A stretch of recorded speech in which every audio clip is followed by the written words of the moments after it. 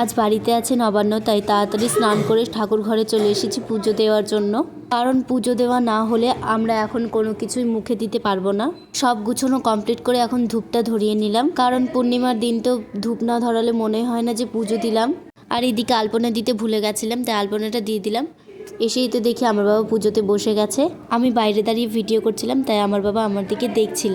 এদিকে আমার বাবার তো পুজো দেওয়া কমপ্লিট, আর আমাকে দেখো, ধূপের ধোঁয়ার কারণে আমি চোখটা খুলতেই পারছি না, একেবারে বন্ধ হয়ে যাচ্ছে। চোখ থেকে পুরো জল পড়ছিল। ঘরের তো পুজো দেওয়া কমপ্লিট হয়ে গেছে, আর চলে এসেছি তুলসী থানে পুজো দেওয়ার জন্য। এদিকে তো ভোগ সাজানো কমপ্লিট হয়ে গেছে, আর এই পুজোতে মূল্য দিতে হয়, তাই মূল্য দিয়েছি।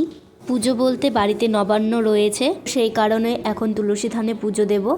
আর এই পুজোতে মেন হচ্ছে দই চিড়ে আর গুড়।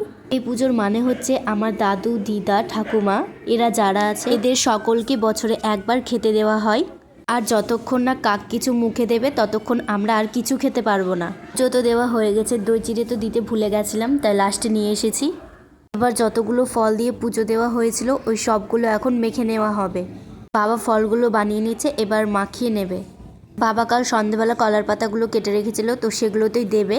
একটা কলা পাতায় 5 জায়গায় ভোগ দেওয়া হয়েছে, মানে আমার বাবা, দাদু, দিদা আরও অনেকজনের নামে এই ভোগগুলো দিল। পুজো তো দেওয়া হয়ে গেছে, এবার একটু প্রণামটাও করে নিই। আমি দাঁড়িয়ে দাঁড়িয়ে ভাবছি কোথায় কাক পাবো আর কাককে এই ভোগটা দেব। আমার বাবা তো বেরিয়ে পড়েছে, এখন কত দূরে যাবে তার ঠিক নেই। আর আমার দিদিকে দেখো, ও বলছে আজকে আমাকে যে কতক্ষণ ঘোরাবে তার ঠিক নেই। একটাও কাক দেখতে পাচ্ছি না, পুরোটা ঘুরে নিলাম, তাও অনেকক্ষণ পর তো একটা কাক দেখতে পেয়েছি গাছের মধ্যে। আমার দিদি তো ভোগটা রেখে দিয়ে আসলো, এবার দেখা যাক খাই কিনা।